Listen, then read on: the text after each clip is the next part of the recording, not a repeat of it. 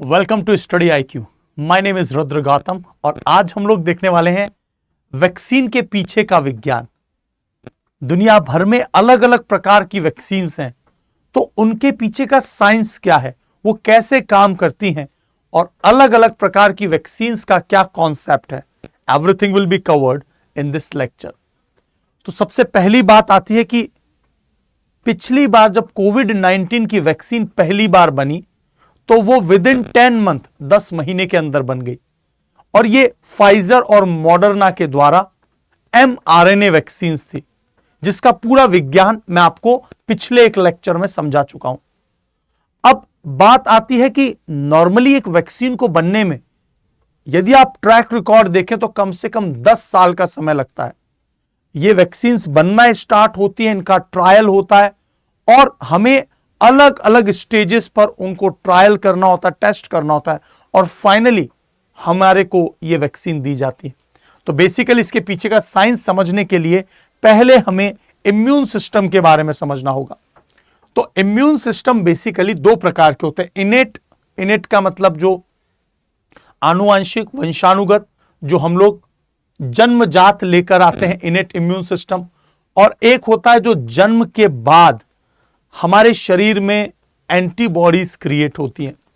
तो इनेट immune system जैसे कि हमारे शरीर में नॉर्मली न्यूट्रोफाइल्स होती हैं, हमारी स्किन है वो बैरियर का काम करती है, म्यूकस जो नोज से है वो बैरियर का काम करता है, और साथ ही साथ में फर्स्ट लाइन डिफेंस प्रोवाइड करने वाले जो इम्यून सिस्टम है वो इनेट इम्यून सिस्टम कहलाते हैं।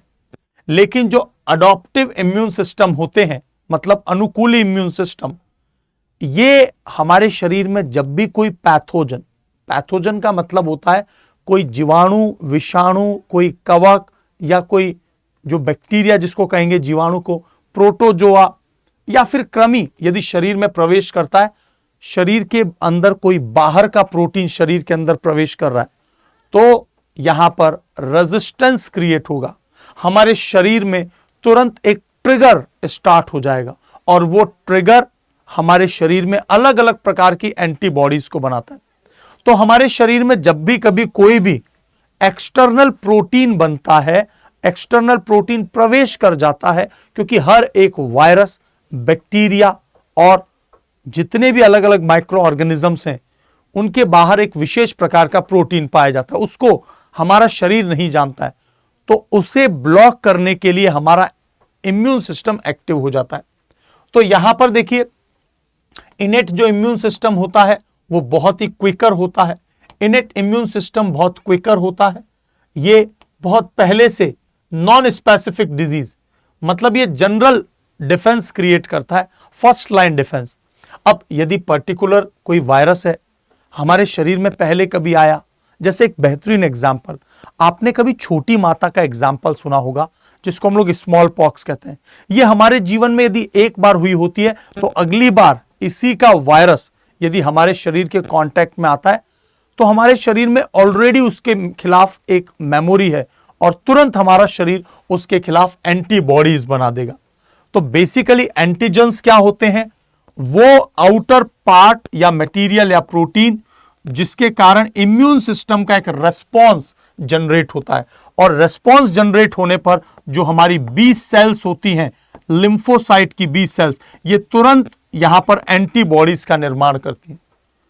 तो एंटीजन भी एक प्रकार का प्रोटीन है जो एक्सटर्नल प्रोटीन है, और एंटीबॉडी इन एंटीजेंस को ब्लॉक करने के लिए हमारे शरीर के द्वारा ही क्रिएट किया हुआ एक एंटीबॉडी होता है। और जो मैसेंजर आरएनए वैक्सीन होती है ना, mRNA वैक्सीन्स गाइड करती हैं कि ये जो एंटीजन है, जैसे मान लो कोविड-19 के बाहर का जो स्पाइक प्रोटीन था, जो बाहर का प्रोटीन है, mRNA वैक्सीन उस प्रोटीन को हमारे शरीर में निर्मित करती है, उसका निर्माण कर देती। और जैसे ये एक ऐसा प्रोटीन जो मानव शरीर ने या हमारे बॉडी ने पहले नहीं देखा है, तो तुरंत इसके खिलाफ एंटीबॉडी बन गया। मतलब हमें किसी भी लाइव एटेन्यूएटेड वायरस को शरीर में डालने की आवश्यकता नहीं है, हमें कोई डेड वायरस को शरीर में डालने की आवश्यकता नहीं है, या फिर किसी वायरस की सब यूनिट, उसका कोई पार्ट शरीर में डालकर उसके खिलाफ इम्यूनिटी एंटीबॉडीज जनरेट करने की आवश्यकता नहीं है। ये अपने आप ही हमारे शरीर के कमांड कोडिंग से इस प्रकार के एंटीजन का निर्माण कर लेता है। तो बेसिकली एमआरएनए वैक्सीन बहुत एडवांस्ड है, क्योंकि इसके कारण हमारे शरीर में किसी भी प्रकार का कोई जो प्रतिरोध है, रेजिस्टेंस नहीं होगा। बाहर का कोई भी प्रतिजन शरीर में इंजेक्ट किया जाएगा वैक्सीन के माध्यम से, तो उसके खिलाफ शरीर एक प्रतिरोध जनरेट करेगा। तो बेसिकली इस तरह से हमारा इम्यून सिस्टम काम करता है। अब देखिए क्या है वैक्सीन का साइंस, यहां पर आप देखेंगे। और हमेशा एक बात और याद रखना, हम लोग जो दवाइयां ड्रग्स खाते हैं किसी रोग के खिलाफ, वो पेशेंट को दिया जाता है, लेकिन वैक्सीन हमेशा एक स्वस्थ व्यक्ति को दी जाती है। यदि कोई पीड़ित व्यक्ति और फिर आपने वैक्सीन दे दी तो उसके खिलाफ तो और भी ज्यादा इम्यूनिटी डिटेरियोरेट हो जाएगी, कमजोर हो जाएगा वो व्यक्ति, क्योंकि ऑलरेडी उसका शरीर की इम्यूनिटी कम है और हमने पैथोजेंस जो डेड हैं वो इंसर्ट कराने पर शरीर का रिएक्शन और ज्यादा तेज हो जाएगा। तो हमेशा पेशेंट नहीं लिखेंगे, यहां पर लिखेंगे कि मैंने healthy body is injected with, healthy body आएगी, ये गलत दिया हुआ है। वीकेंड, इनएक्टिव या हार्मलेस डिजीज एजेंट, हम लोग वायरस को या तो कमजोर कर देते हैं या फिर आप देखेंगे कि हम लोग वीकेंड कर देंगे उसके कैरेक्टरिस्टिक को, या डेड पार्टिकल का प्रयोग करेंगे। वन मोर पॉइंट, आज के इसी लेक्चर में आपको यह भी पता चलेगा कि जो अलग अलग प्रकार की वैक्सीन हैं, जैसे साइनोवैक, साइनोफार्म चाइना की, जैसे भारत की सब यूनिट, भारत की जो कोविशील्ड है, कोवैक्सीन है, तो वो किस टेक्नोलॉजी पर आधारित थी। The patient's immune system react by producing antibodies to recognise the disease. तो यहां पर पेशेंट का जो इम्यून सिस्टम है वो रिएक्ट करता है और उस एंटीजन के खिलाफ, जो हो सकता है इनएक्टिव हो, हार्मलेस डिजीज एजेंट हो, उसके खिलाफ एंटीबॉडीज प्रोड्यूस कर लेता है। If the patient infected later, अब इन रियलिटी यदि सच में वो वायरस या बैक्टीरिया या पैथोजन हमारे कांटेक्ट में आया, तो पहला तो फर्स्ट डोज लगता है, फिर उसके बाद में सेकंड डोज लगता है, और इस तरह से हमारा परमानेंट इम्यून सिस्टम बन जाता है। जो बुजुर्ग या ओल्ड एज्ड पर्सन होते हैं उनमें ये बूस्टर डोज के तौर पे भी हमको थर्ड जो डोज है वो दी जाती है। तो यहां पर how vaccine work step by step, सबसे पहले हमारा शरीर, बॉडी को, हमारा जो बॉडी है उसको एक्सपोज किया जाता है वीकेंड, कमजोर एंटीजन की मदद से, डेड एंटीजन की मदद से, या फिर सब यूनिट की मदद से, और इम्यून सिस्टम रिकॉग्नाइज करता है एंटीजन को, और फिर वो antibodies, B cell antibodies provide कर देती हैं और activate, T cell are activated. अब जो टी सेल है वो परमानेंट मेमोरी रखते हैं कि भविष्य में फिर वो आया तो automatically similar type of antibodies उसके खिलाफ हमारा शरीर बना लेगा। अब इन रियलिटी वायरस आएगा या बैक्टीरिया आएगा तो टी सेल के पास मेमोरी है। और यहां पर आप देखेंगे अलग अलग प्रकार की वैक्सीन है। लाइव एटेन्यूएटेड, यहां पर एटेन्यूएट का मतलब वीक कर देना है ना, तो वीकेंड वर्जन किसको, जो वायरस है ओरिजिनल उसको कमजोर कर देना। या फिर हम लोग देखो कोविशील्ड जो वैक्सीन थी उसमें एडिनो वायरस का प्रयोग किया था। कोविशील्ड वैक्सीन में एडिनो वायरस था जो लगभग सिमिलर वायरस था, इसी तरह से जो नोवल कोरोना वायरस के सिमिलर वायरस। इनएक्टिवेटेड वायरस कौन से होते हैं, killed version safer and may need booster. तो इनएक्टिवेटेड वायरसेस कौन होते हैं, जिनको किल्ड कर दिया जाता है हीट या टेम्परेचर से, जैसे इनएक्टिवेटेड। तो सबके एग्जाम्पल भी आपको पता चलेंगे। सब यूनिट में जैसे वायरस का या पैथोजन का बाहर का केवल प्रोटीन, और उस प्रोटीन का मतलब स्पाइक प्रोटीन, तो ये सबसे सेफ और इफेक्टिव होती हैं क्योंकि हमने उसका एक पार्ट लिया है, ना कि वायरस के अंदर का जो मटेरियल है। यदि ये कॉपी होने लग जाएगा तो फिर तो वो तेजी के साथ स्प्रेड होना स्टार्ट हो जाएगा।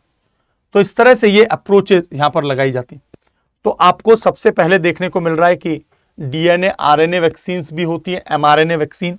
ये तो सीधा हमारे इम्यून सिस्टम को ही टीच करता है, ये खुद वायरल प्रोटीन को खुद बनाता है और फिर उस वायरल प्रोटीन के खिलाफ हमारा शरीर क्या करता है, एंटीबॉडी बनाता है। लाइव एटेन्यूएटेड वायरस, ये क्या है, this is a weekend version of actual virus actual virus का वीकेंड वर्जन हम लोग बनाते हैं। तो आप लोग मॉडर्ना, फाइजर, इनोवियो ये डीएनए आरएनए वैक्सीन आप देख लेंगे एक बार एग्जाम्पल। इनको बहुत ही कूल्ड टेम्परेचर में रखना होता है। सबसे खास बात ये easy and quick to design है, क्विकली डिजाइंड हो जाती हैं, और कोई भी वेरिएंट यदि अपडेट कर रहा है स्वयं को, तो ये अपने आप को इनको भी एडिट करके अपडेट किया जा सकता है एमआरएनए को, क्योंकि हमने ही एमआरएनए बनाया है। लाइव एटेन्यूएटेड में हम लोग कमजोर कर देते हैं वायरस को। इनएक्टिवेटेड वायरस जैसे ये साइनोवैक, साइनोफार्म और भारत का जो कोवैक्सीन है, ये तीनों का कॉन्सेप्ट एक ही। हमने वायरस को लिया, उसको किल कर दिया हीट या केमिकल से, और फिर हमारे शरीर में इंजेक्ट कर दिया। अब वो इनएक्टिवेटेड है, मतलब पूरी तरह से किल्ड है, इनएक्टिवेट कर दिया, तो उसका कोई साइड इम्पैक्ट नहीं होगा। लेकिन हाँ, जो इस वायरस का आउटर लेयर है, ये जो स्पाइक प्रोटीन, इसके खिलाफ जरूर हमारा शरीर रिएक्ट करेगा, तो हमारा बॉडी का टेम्परेचर वगैरह बढ़ता है, हमारे को साइड इफेक्ट देखने को मिलते हैं। It is safe because virus is already dead and is easy to make, और ये आसानी से बनाया जा सकता है। इसी तरह से जो सब यूनिट वैक्सीन होती है, हम वायरस के इस पार्टिकल्स को यूज कर लेते हैं। तो यहां पर नोवेवैक्स एंड अडाप्टवैक्स, इस तरह की जो वैक्सीन है, focuses the immune response on the most important part of the virus. उस वायरस के पार्ट पर फोकस होता है जिसकी मदद से एंटीबॉडीज तैयार किए जा सकते हैं, और ये उस वायरस में जरूर मौजूद हो। तो इसी तरह से हम एमआरएनए वैक्सीन में भी क्या करते हैं, इस तरह का एक प्रोटीन हमारे शरीर में ही निर्मित करवाते हैं। मतलब ये हमारे शरीर की कोशिकाओं से इस प्रकार के प्रोटीन को क्रिएट करवाता है, और उसके खिलाफ फिर डीएनए हमारे शरीर में एंटीबॉडीज का निर्माण करता है। और वायरल वेक्टर में क्या होता है, this approach takes a harmless virus and use it deliver. तो ये जो वायरल वेक्टर है, ये एडिनो वायरस, जो ये कोविशील्ड था, उसमें हमने एडिनो वायरस का प्रयोग किया। तो एक अलग वायरस, लेकिन काफी हद तक सिमिलर प्रॉपर्टीज रखता है। So this approach take harmless virus and use it to deliver viral gene to build immunity. तो इस तरह के जो ये एग्जाम्पल्स हैं, ये आपको पता होने चाहिए कि DNA, RNA, live attenuated, inactivated, सब यूनिट एंड वायरल वेक्टर, ये डिफरेंट टाइप ऑफ वैक्सीन होती है। एक लंबा टेस्टिंग प्रोसेस रहता है। वो तो कोविड-19 में हमने तेजी से वैक्सीन बना ली, हमें हमारी मजबूरी थी, otherwise we have to make that. Otherwise on an average vaccine को 10 साल लग जाते हैं बनने में। तो इनके प्री क्लिनिकल ट्रायल होते हैं, इन विट्रो, एनिमल, उसके बाद क्लिनिकल ट्रायल में भी फेज होते हैं 1, 2, 3, फिर रेगुलेटरी रिव्यू होता है, फूड एंड ड्रग एसोसिएशन उसको फाइनलाइज करती है, WHO उसको फाइनलाइज करता है। कोविशील्ड को तो मिल गया था शुरुआत में फाइनलाइजेशन की, भाई ऑथेंटिकेशन मिल गई थी WHO की, लेकिन कोविशील्ड को कई सालों तक, कई महीनों तक नहीं मिल पाई थी। तो वैक्सीन सेफ्टी रिग्रस टेस्टिंग होती है। अब वैक्सीन के अपने एक प्रॉपर्टी भी होती है कि वो अपने आप को मेंटेन कर सके। उनके अंदर एंटीबायोटिक्स भी डाले जाते हैं, कई बार माइल्ड साइड इफेक्ट भी देखने को मिलता है हमें वैक्सीन में। और scientific consensus, vaccine are safe and effective, vaccine safe होती है, उनको लंबे समय तक टेस्ट और ट्रायल के बाद ही लगाया जाता है। तो उम्मीद करता हूं कि आपको वैक्सीन के पीछे का विज्ञान और सभी अलग अलग प्रकार की वैक्सीन का बेसिक कॉन्सेप्ट क्या है, किस आधार पे वो काम करती है, आपको समझ में आया होगा। यस और नो, कैसा लगा सेशन जरूर बताना, लाइक और शेयर कर दीजिए। ऐसे रेगुलर लेक्चर्स आपके लिए आते रहेंगे। यहां पर आप लोग देख रहे होंगे कि ये हरियाणा का डेडिकेटेड बैच है और मंथ एंड सेल चल रही है। तो आप लोग कूपन कोड RG लाइव का यूज करके, RG लाइव, एक बार फिर लिख देता हूं, RG Rudra Gautam is my name, RG live, इस कूपन कोड की मदद से मैक्सिमम डिस्काउंट प्राप्त कर सकते हैं। You can get the maximum discount, और वो भी कितना, 9,999 में आपको ये बैच मिल जाएगा। तो डिस्काउंट सेल का फायदा उठा लीजिए। आपको मेरी पर्सनल मेंटरशिप और 2 साल की वैलिडिटी वाला ये कंप्लीट होलिस्टिक बैच है। आप लोग मुझे टेलीग्राम पर जरूर बता देना कि आपने बैच परचेज किया है रुद्रा एजुकेशन हब पर, राइट। सो उम्मीद करता हूं कि आपको इस सारी बातें एकदम क्लियर हो गई होंगी। Keep learning, keep watching study IQ। God bless you all. Thank you so much. जय हिंद।